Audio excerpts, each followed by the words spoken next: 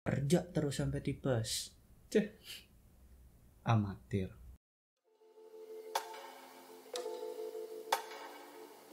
I guess for now you've got the lesson learned. Yo, gue Jiwana. Kalian pasti sering dengar kerja sebagai kuda atau kerja terus sampai tipes. Tapi kalimat kayak gini kayaknya tuh gak terlalu familiar di Jepang, karena mereka udah di level yang lebih tinggi. Karoshi, suatu fenomena di mana seorang pekerja atau pegawai yang sampai meninggal karena kerjanya terlalu keras dan dalam jangka waktu yang terlalu lama. Makanya kalau kerja sampai tipes doang mah udah wajar kali ya.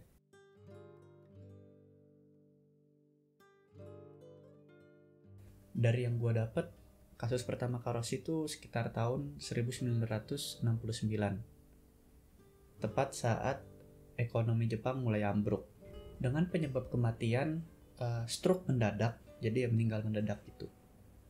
Ini dialami oleh seorang pemuda yang umurnya masih 19 tahun yang bekerja di sebuah perusahaan koran dan dia tuh di bagian pengiriman.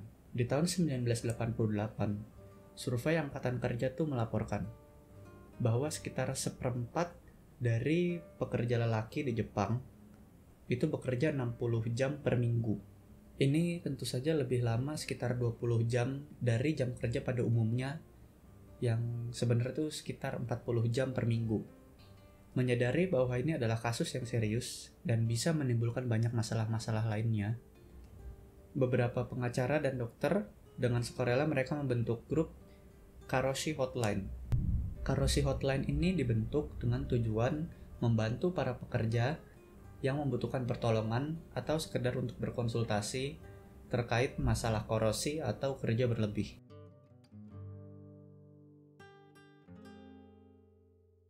Di tahun 1988 ini, saat dibentuknya Karoshi Hotline, diberitakan bahwa mayoritas yang nelpon ke Karoshi Hotline ini bukanlah para pekerja yang beresiko karosi, justru para istrinya.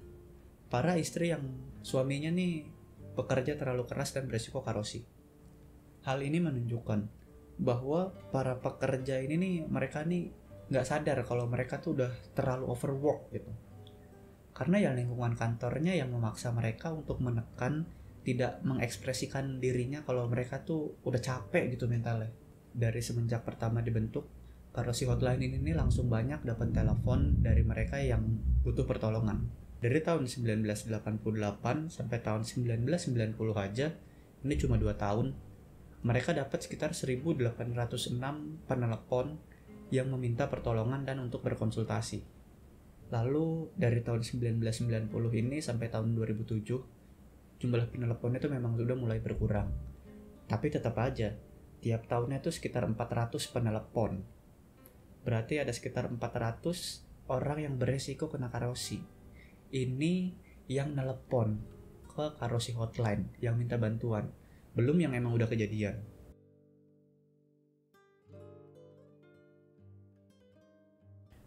Awalnya, Jepang nggak punya peraturan tentang jam kerja.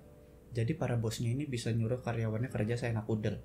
Apalagi dari jatuhnya ekonomi Jepang ya. Itu meletusnya bubble ekonomi. Tahun 2016, itu diprediksi 1 dari 5 pegawai itu beresiko kena karosi. Selain itu, Jepang juga merupakan negara yang lebih menjunjung tinggi kolektivisme. Jadi keberhasilan kelompok itu lebih penting daripada individunya.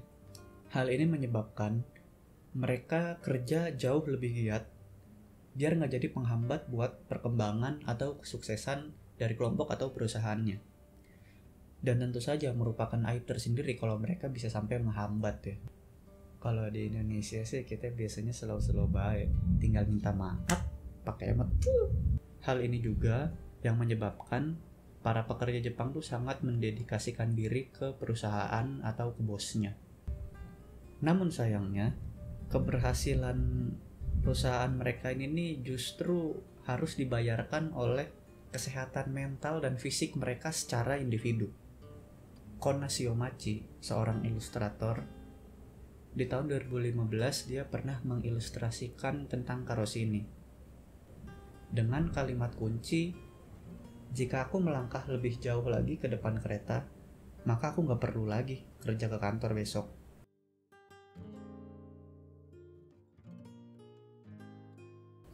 Selain dari Karoshi Hotline tadi yang dibentuk sama kumpulan pengacara dan dokter, tentu saja pemerintah Jepang bertindak. Di tahun 2018, pemerintah Jepang mulai mengeluarkan undang-undang untuk pembatasan jam lembur dengan maksimal 45 jam per minggu atau 360 jam per tahun. Jika ada perusahaan yang ngeyel, yang melanggar peraturan ini, maka perusahaan ini akan didenda nantinya. Bahkan, meskipun udah ada kesepakatan antara pegawai dan perusahaannya, ini tetap dibatasin dengan maksimal 720 jam per minggu atau 100 jam per bulan. Tapi tetap rata-rata per bulannya tuh nggak boleh lebih dari 80 jam. Dan jam lembur ini sudah termasuk kerja di hari libur. Lalu, para pemilik bisnis kecil dan menengah, aturannya juga mulai disamakan sama bisnis yang perusahaan besar, di mana mereka harus membayarkan 1,5 kali lipat dari uang lembur yang semestinya kalau pegawainya tuh lembur lebih dari 60 jam dalam sebulan. Yang sebelumnya cuma 1/4 kali lipat dari uang lembur yang semestinya. Aturan ini sebenarnya masih terbilang baru. Ini baru akan direalisasikan di tahun 2023 nanti. Sebenarnya kasus Karoshi itu sampai sekarang masih banyak di Jepang. Tapi dengan adanya kebijakan baru ini, mudah-mudahan kasusnya bisa berkurang drastis ya. Sebenarnya kasus Karoshi kayak gini bukan cuma ada di Jepang.